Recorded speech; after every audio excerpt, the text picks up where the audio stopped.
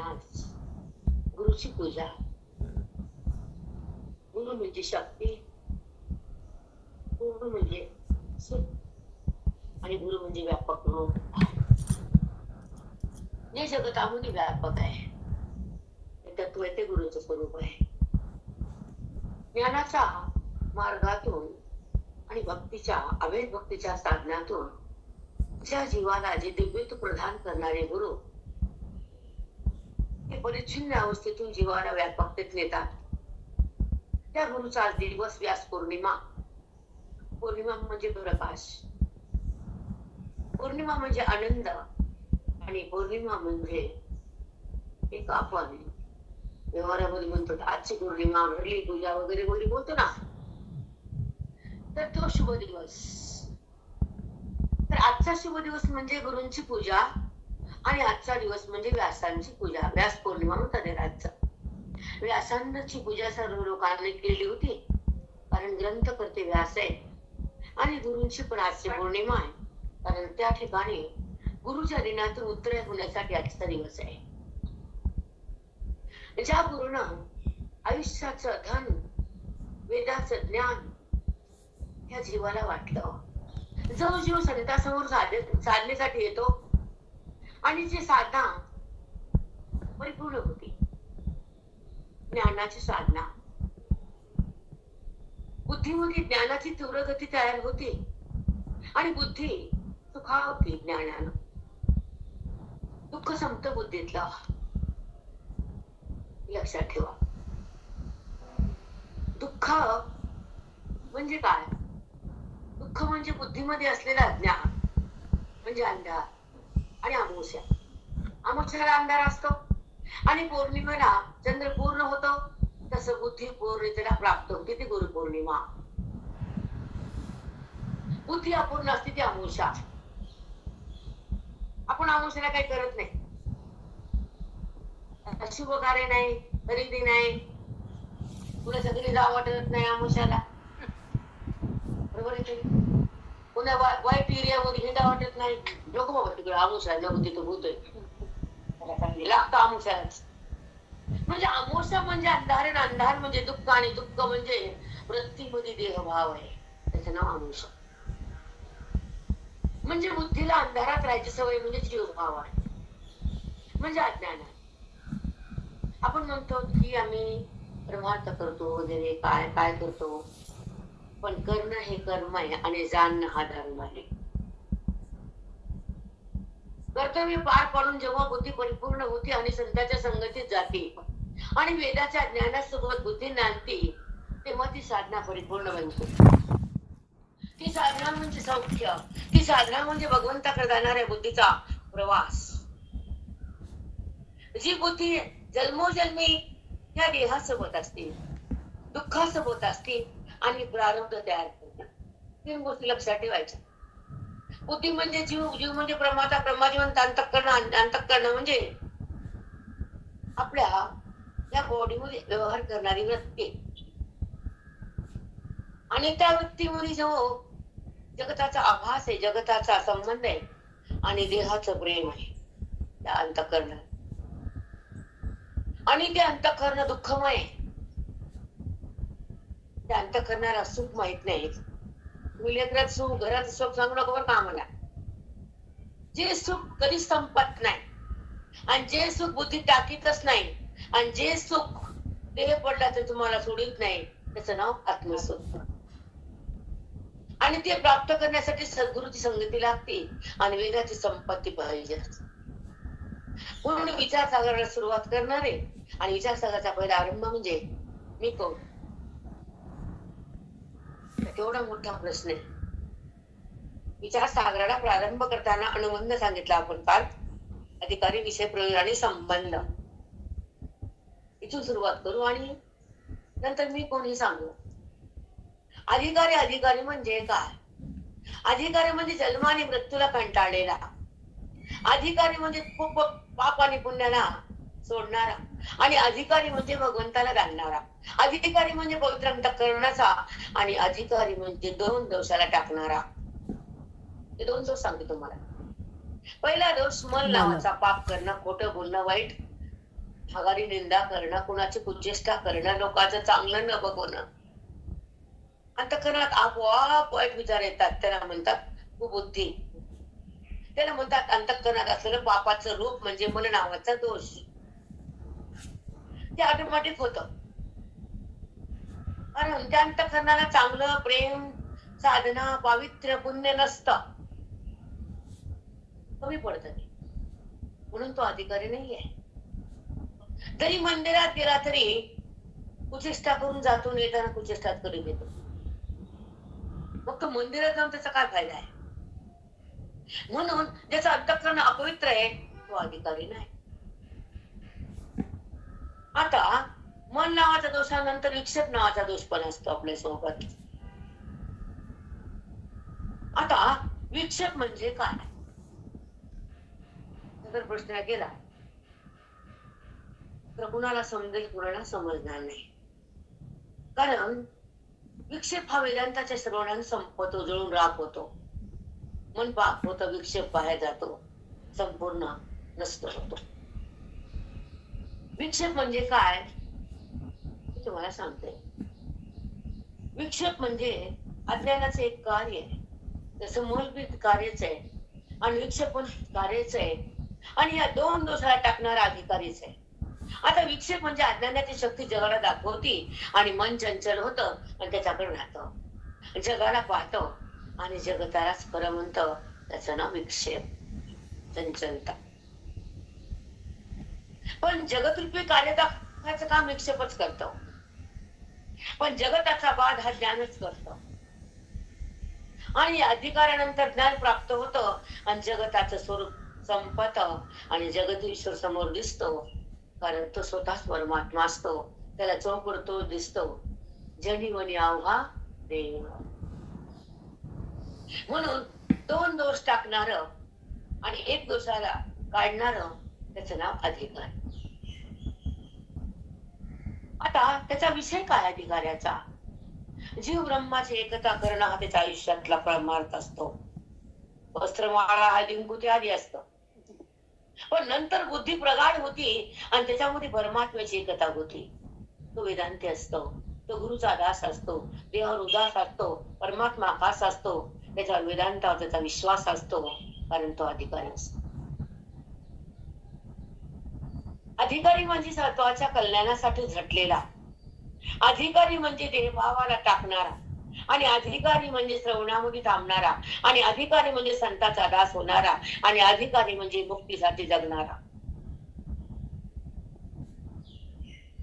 सुख दुःख प्रारब्ध एका सुरगाळा करून टाकून देतो तो.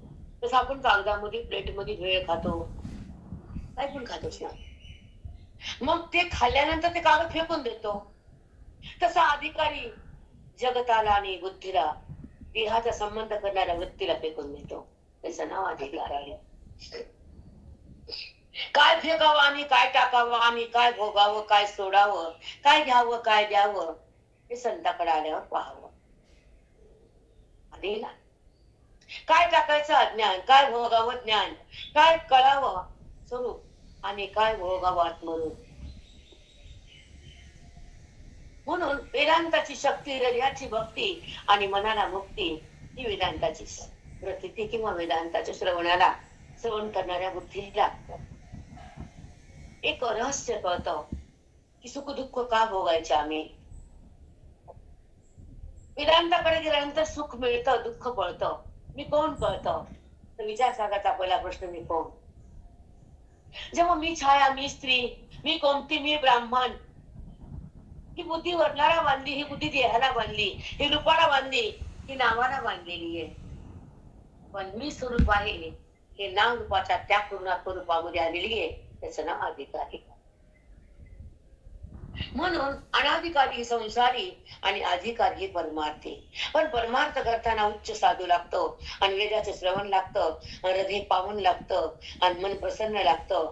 जगाच्या कल्याणासाठी तपश्चर्याचं त्याचं आयुष्य लागतं. भोगाचं ऐश्वर्य करणारा माणूस किंवा स्त्री जगताचं कल्याण करत नाही. ज्याच्या ठिकाणी फक्त भोग वासना आहे, ज्याच्या ठिकाणी अज्ञान आहे, ज्या ठिकाणी देहभान आहे, ज्या ठिकाणी आत्मधन नाही, त्याला गुरु म्हणून फायदा नाही. कारण त्याचं पाप आपल्याकडे तर हे मला एक पॉइंट सांगायचा आणि पुढे चालायचं.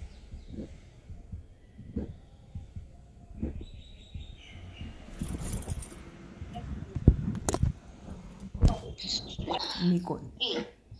गुरुपद आणि श्रवण आणि अधिकारी आणि मोक्ष. कसं असतं बेटा, आज गुरुची जी दीक्षा असते का, वाणी थांबतच नाही. म्हणजे काय सांगून आज सकाळचं जे चिंतन होतं ते भयानक भयानक होतं. चहा असतात व्यासपूजेला, व्यासपीठावर म्हणून आज पूजा असते त्यांची.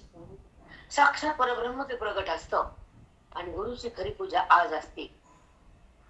आणि त्यांची दीक्षा आणि आशीर्वाद असं करायला लागतो. म्हणून आज गुरुपूजन आणि गुरुचे श्रवण आणि गुरुचा आशीर्वाद आणि गुरुची सेवा हे आपण अवश्य करावी. तुम्ही असो या आम्ही असो. कारण सगळ्यात फल जर मिळतात चालतं गुरुचं असतं आणि हे फल तुमचं मेल्यावर असतं. स्पष्ट बोलतोय, राग येऊ नका. नाही, आणि केलेल्या पुण्याचं फल मेल्यावर असतं, पण गुरुला केलेलं फल साक्षात असतं.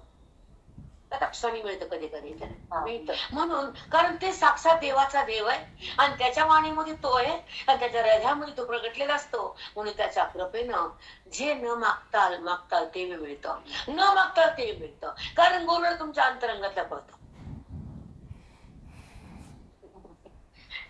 आपण सकाळी अगदी अगदी माझ्या गुरुनं मला दीक्षा दिली आणि मला ज्ञानाचं भांडार दिलं, तर तुम्ही मला नतमस्तक माझी याची पूजा केली किंवा माझ्यासोबत तुम्ही श्रवण केलं तर माझं धन तुमच्याकडे येतं, माझी तपस्या तुमच्याकडे येते, माझं ज्ञान तुमच्यापाशी राहतं आणि तुम्हाला सहज त्या बोधामुळं तुमचं जीवन कल्याणकारी होतं.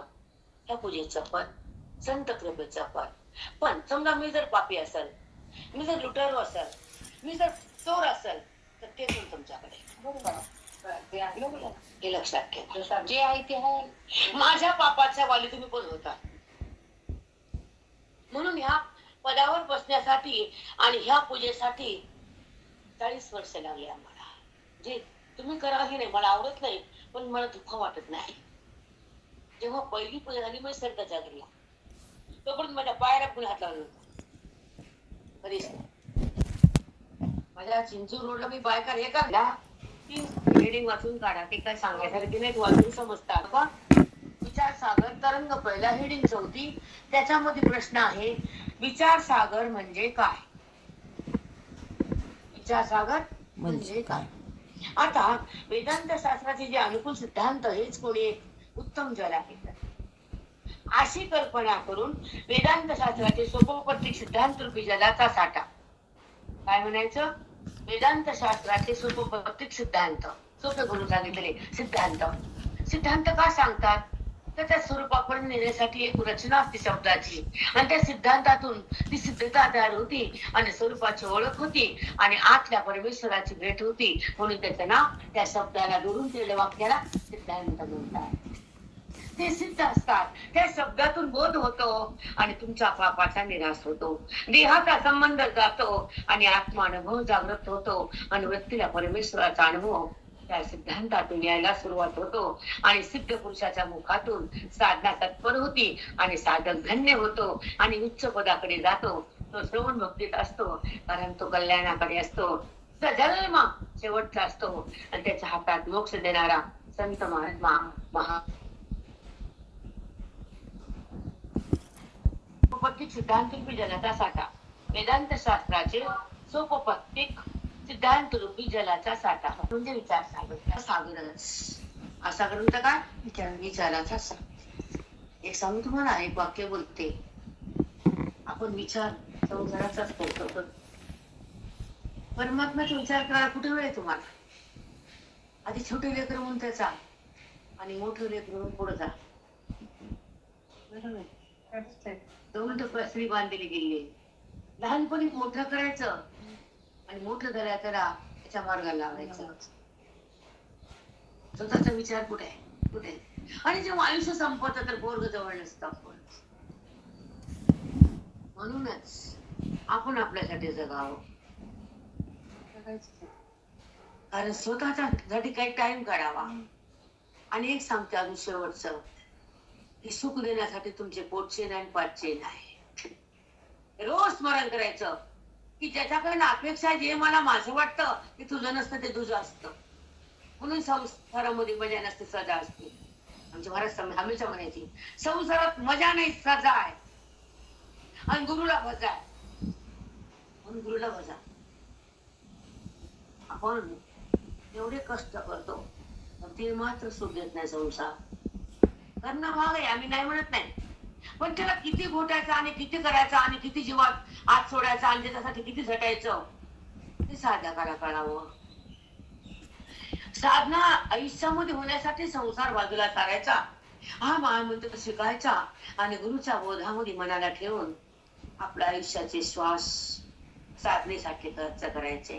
कारण 50 संपलेत आपले आणि अजून जर संसार तुटत नसेल तर परमात्मा भेटणार नाही. तशीच पुढी खाली पडेल या घरात आणि ह्या घरात त्या पित्राला यावं लागल. म्हणून संसाराचा टाइम कमी करायचा आणि परमार्थाच्या आधार इथून पुढे वाढवायचा. त्याची दीक्षा तुम्हाला गुरुंची. कारण आयुष्याचा भरोसा नाहीये, बिलकुल नाही. म्हणून आपले श्वास, आपल्या आयुष्याचा काळ आणि आपला देह ह्या परमार्थासाठी आणि मोक्षासाठी तुम्हाला सगळं मोह कळणार. सुरेश्वराचार्य हा महान आचार्य म्हणजे ऋषी ऐका. त्या भाष्यावर सुरेश्वराचार्यांनी वार्तिक लिहिली. वार्तिक म्हणजे संवाद टीका किंवा सिद्धांताचं वाक्य निरूपण. असे सूत्र भाष्यातील वेदांत शास्त्राला मोठे मोठे ग्रंथ असताना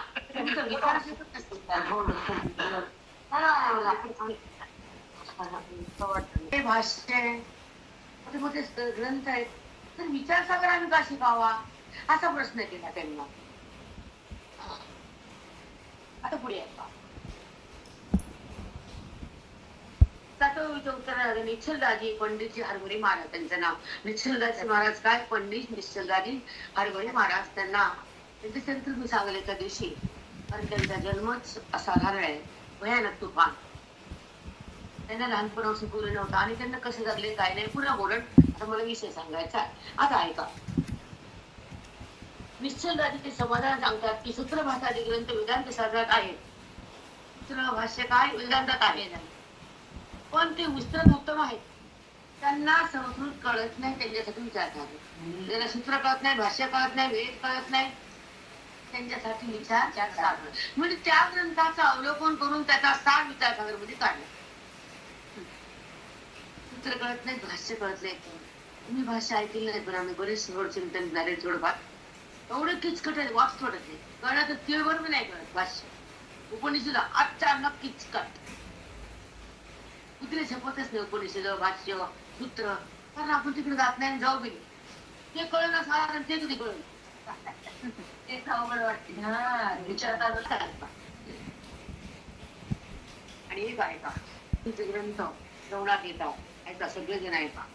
तिथे संकट येणार नाही, तिथं चिंता राहणार नाही, तिथं धन संपणार नाही आणि तिथं गुरुजी आल्याशिवाय राहणार नाही. या 4 गोष्टी.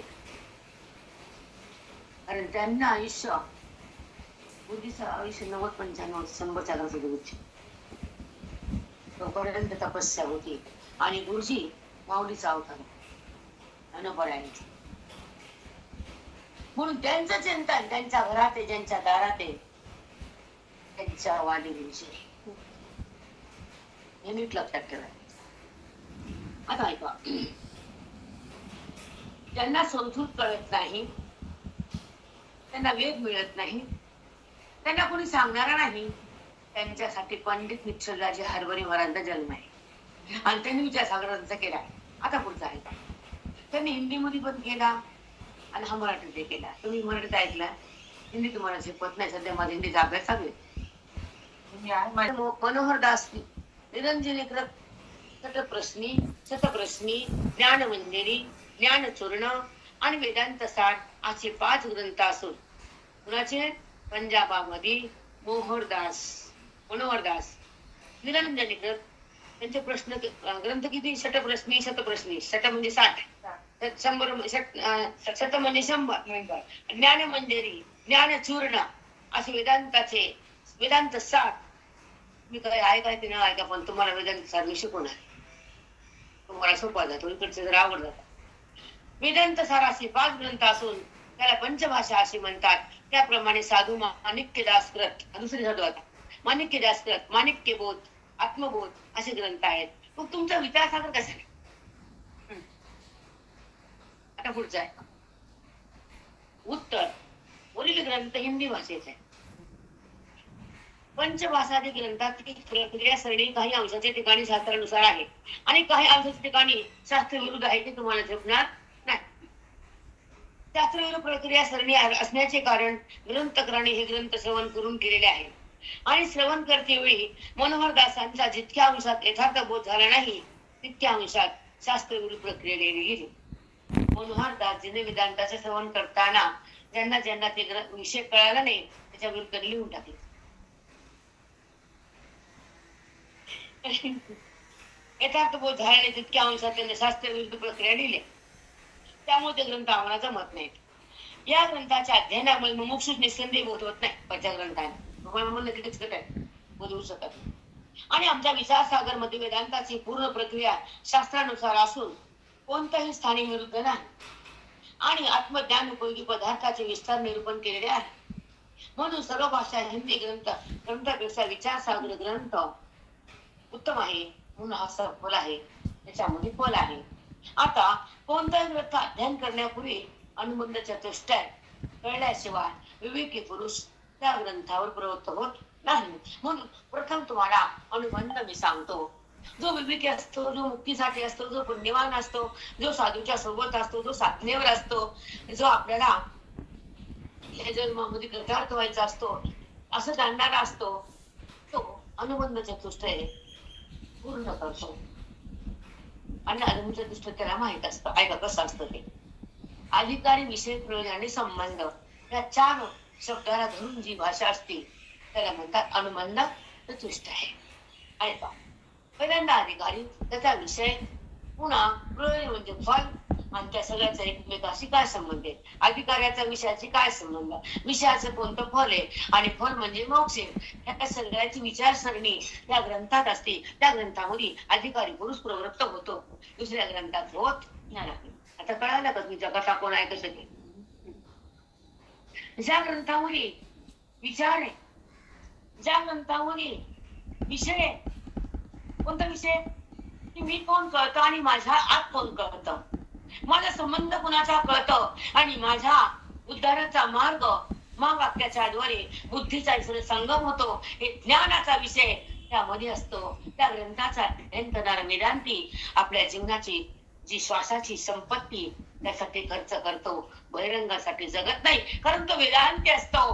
तो जगामध्ये महंत असतो. तो आपल्या स्वरूपाला जाणण्यासाठी परिपूर्ण असतो आणि तो आपल्या अध्ययनासाठी जगत असतो, कारण त्याला साध्यापर्यंत जायचं असतं.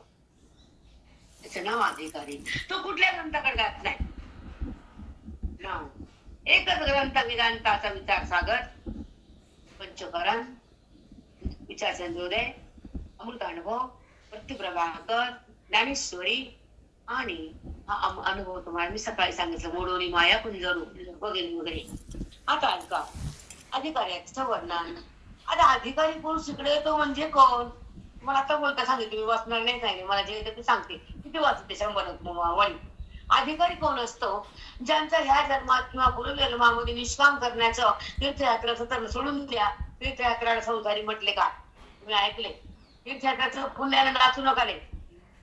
तीर्थयात्रा करणारा संसारातला किडा आहे. तो ना अधिकारी, न मोक्ष, न तो ज्ञानी, न तो काय माती भक्त नाही, माती नाही काही, फक्त संसारी. पैसा कमवला तर परमार्थाला घाल, कारण ते पैशाला काहीतरी उन्नती व्हावं लागेल ना. जर तू तुझा पैसा देवाला दिला नाही तर पैसा टाकून दवाखान्याला, कळलं का? तो खर्च का करायचा भगवंतासाठी? ती लक्ष्मी तुमच्या घरात नांदावी म्हणून ते धन गुरुला, संताला, देवाला, दानधर्माला आणि गरिबाला अशाला द्यावं. मग त्याला संसारी म्हणा. संपला विषय माझा. कारण यात्रा करणारे लोक स्वतःला धन्य समजतात. मला मोठा प्रश्न होता आहे, लय मोठा होता भाऊ, की लोक फिरतात आपण फिरत नाहीत. आता कसं आपलं माती होतं का तुझं काय? मला लिहून ठेवलं का? चार वाक्य सांगितले, कोण कसं आहे, कोण कसं आहे, कोण कसं आहे, मुमुक्षु कसा, साधक कसा, भक्त कसा, ज्ञानी कसा आणि संसारी कसा. संसारी आपण नाही तर कशाला मरमर मरमर. आता कोणी कोणी म्हणलं त्या दोरी जायला लय अवघड आहे, मला अजूनच त्रास होते. मुलं जाऊ द्या कॅन्सर.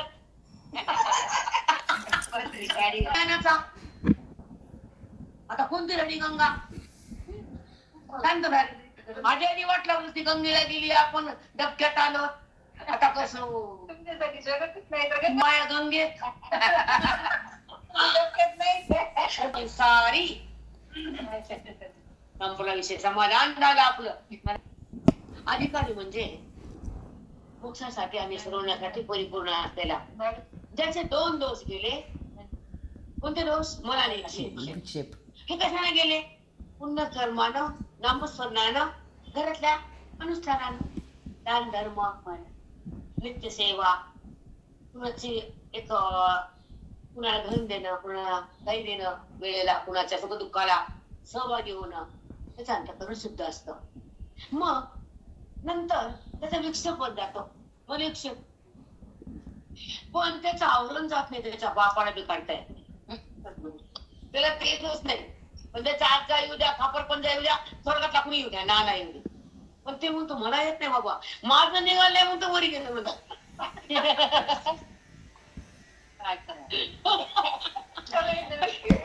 माझच निघाल नाही तर तुझं कवा काढू. म्हणून 2 दोष सहित, 1 दोष रहित जो असतो, साधनेवर असतो, त्याचं नाव अधिकारी.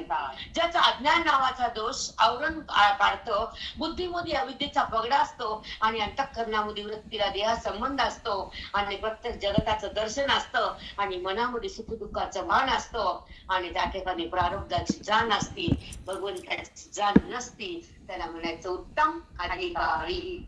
आवरण वृत्तीचा प्रयत्न करतो, दोषाला पुसून टाकतो, इंद्रियापासून लांब राहतो आणि संतांच्या जवळ येतो आणि ग्रंथाला प्रेम देतो आणि अंतःकरणातल्या परमेश्वराला भेटण्यासाठी श्रवणात येतो, तो अधिकारी असतो. श्रवण करणारा जास्त संसार प्रिय नसतो, लक्षात ठेवायचं. अति संसार, अति दोष, अति क्लेश आणि थोडा संसार व्यवहारा बोलता, त्याला ऋषी म्हणायचं, साधू म्हणायचं, वैरागी म्हणायचं, तो ज्ञानासाठी परिपूर्ण आहे. पण जो अति चंचल, जो रजोगुणी आहे, त्याचा संसार तुटायला फार काळ लागतो.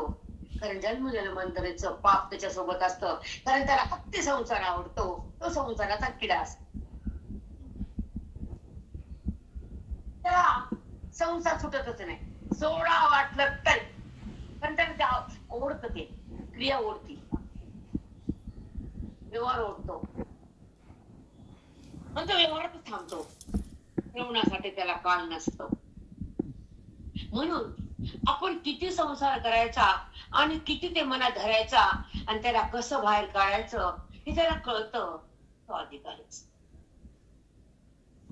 पण अधिकाऱ्यासाठी एक उत्तम उपाय असतो, तो श्रवणामध्ये आपला काळ घालवतो.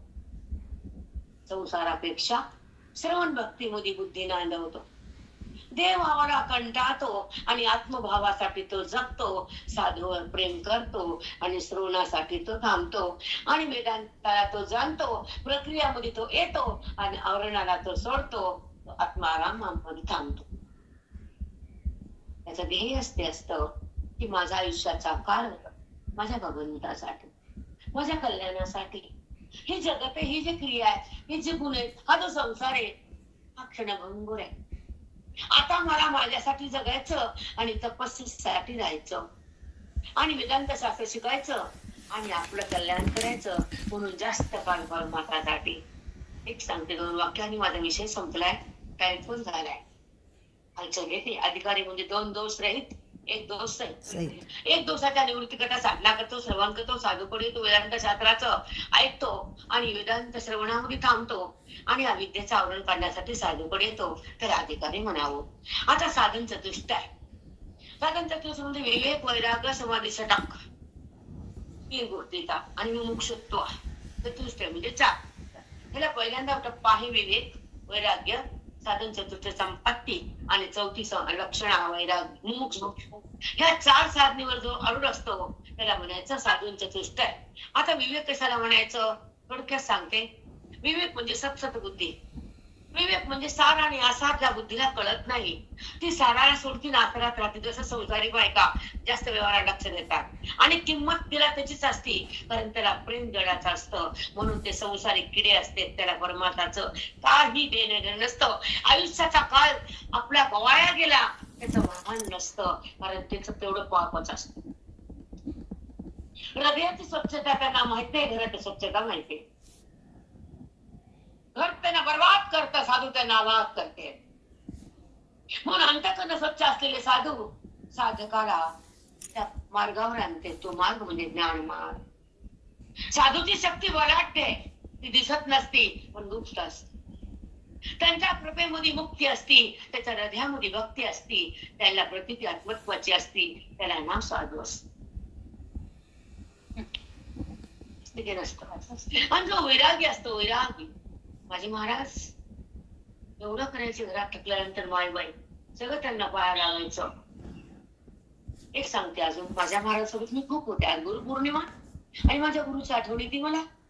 पाठपुसाचा कपडा, धोतराचा पांढरा शिवरा, हातपुसाचा कपडा, पोटापुसाचा कपडा, पायाखालचा कपडा, किचन मध्ये कपडे वेगळे ते गड्या करून ठेवायचे. काय हे वाटायचं कारण मी स्वयंपाक करायला त्यांच्याकडे जाऊन तब्येत बघितली की मी जायची. चहाला द्यायची, पहाटे 5:45 बोलवायचे. सगळे कसलेच किडे खाणे कसले ज्ञानाची ती संपत्ती बोधाची, जी प्रतिती ईश्वराची, जी ओळख परमात्म्याची आणि ही संपत्ती घ्यायची. मला एकच कळतं, तर हाड बी खराब आणि डोकं बी खराब. काय पुरात हे झाले की ते, कारण त्यांचं मन क्रियेत आहे, भगवंतात नाहीये. शांत मन भगवंतात असतं, क्रिया झाली कळत नाही. तुम्हाला सकाळी सांगितलं, मी काय बोलले माहित नाही. आणि सरिता आम्ही तिकडे बसलो, माझं काम मात्र म्हणजे सार आणि आसार बुद्धीला कळावं. सार काय आणि आसार काय, खरं काय आणि खोटं काय, जाणारं काय, राहणारं काय, शाश्वत काय, अशाश्वत काय. या 4 गोष्टीचा विवेक ज्या बुद्धीमध्ये जन्मतो ती संसारात घुटमळत नाही आणि देहाला शिवत नाही आणि भगवंताला सोडत नाही आणि खरं घालल्याशिवाय ती थांबत नाही. ती बुद्धी विवेक असते. साधा आपल्या विवेक नाही तर परमार्थ कुठला, काय करावं हेच कळत नाही. आता ऐका, वैराग्य हे लोकांपासून परलोकापर्यंत अनुकूल विषयाचा परित्याग करणाऱ्या अंतःकरणाची स्थिती. हे लोकांपासून परलोकापर्यंत अनुकूल विषयाचा परित्याग करणारी वृत्ती म्हणजे संन्यासी वृत्ती. म्हणजे त्या ठिकाणी वासना रहित राहित्य असतात अंतःकरणामध्ये. वैराग्य म्हणजे त्या भगवंताची भेट घेण्यासाठी वैराग्य असतं. त्या ठिकाणी धन वैभव ह्या प्राप्तीसाठी जगत नाही. तो त्याच्या हृदयामध्ये वैराग्याच्या ज्वाला असतात. वासनेचा अंत असतो, वेदांतासाठी त्याचं हृदय असतं आणि समोर संत असतो आणि मनात ग्रंथ असतात आणि त्याचं चित्त शांत असतं. त्याचं धन हे वेदांत असतं, त्याच्या मनामध्ये राम मुरुक्तेसाठी एक निष्ठा असते, त्याची भक्ती साधूवर असते आणि त्याची प्रीती वेदावर असते आणि त्याची स्थिती आत्मरामासाठी असते. आत्मस्थिती होण्यासाठी त्याच्यापाशी वैराग्याचं धन असतं आणि वैराग्य त्याचं जेव्हा टेपतं प्रगटतं तर ज्ञानाला सुरुवात होते आणि विवेक मग वैराग्य. आता ऐका, समाधी षटक संपत्ती, जमदम, समाधान, श्रद्धा, उपरम, चित्ताची एकनिष्ठता आणि शेवटी एक सुख. समदम, समाधान, उपरती, वैराग्य, श्रद्धा आणि विवेक, समाधान, शेवट समाधान. संपत्ती उगा ऐकायचं कुणी काही घेत नाही, कोणी सोडित नाही, परचाय उगा ओरडून फायदा नाही, तोंडाचा करा मागताय. आता शेवटचं मुमुक्षु कोणी सोडत नाही. हो हिंदूचे लोक तर बायकांनी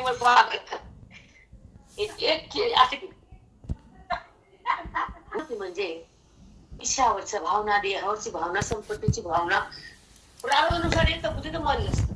आपण खातो, घालतो, कपडे घालतो, काय हिंडतो उघडं, सगळं काय असतं घरामध्ये, ठेवावं लागतं, वयापासून ग्रस्त येतं, पण त्याच्यात मन न राहणं त्याचं नाव वैराग्य. त्याचे ना आता जनक राजा होता, विजयी होते, राज्यपूर विजयी, आणि आपण चार बंदीमध्ये देई असं म्हणत नाही किंवा असं म्हणत नाही. पण आयुष्याचा काळ जर कसं घराला घातला तर आम्ही त्याला भक्त म्हणत नाही, कारण तिथं रजोगुण असतो आणि गुणामध्ये परमात्मा थांबत नसतो. गुण टाकल्यावर परमात्मा येत असतो. गुणाची मिळालं का उत्तर? आणि गुण टाकावंच लागतं बेटा. आज नाही टाकलं तर मनके तुटलं टाकलंच की. मन का संपला, गादी सरकली पुसू पुसू अज्ञानाच्या निवृत्तीसाठी, मुक्त होण्यासाठी अंतःकरणामध्ये तीव्र जिज्ञासा. जिज्ञासा म्हणजे मुक्तीची, जिज्ञासा म्हणजे ओळखीची, जिज्ञासा म्हणजे सुभोगण्याची, आणि जिज्ञासा म्हणजे वृत्तीतला अज्ञान सोडण्याची. जी बुद्धीला आस असते त्याचं नाव मुमुक्षु. मुक्त होण्याची तीव्र जिज्ञासा, त्यांचं नाव काय? मुमुक्षु. चला, पुंडलिक वरदाहार विठ्ठल श्री ज्ञानदेव तुकाराम पंढरीनाथ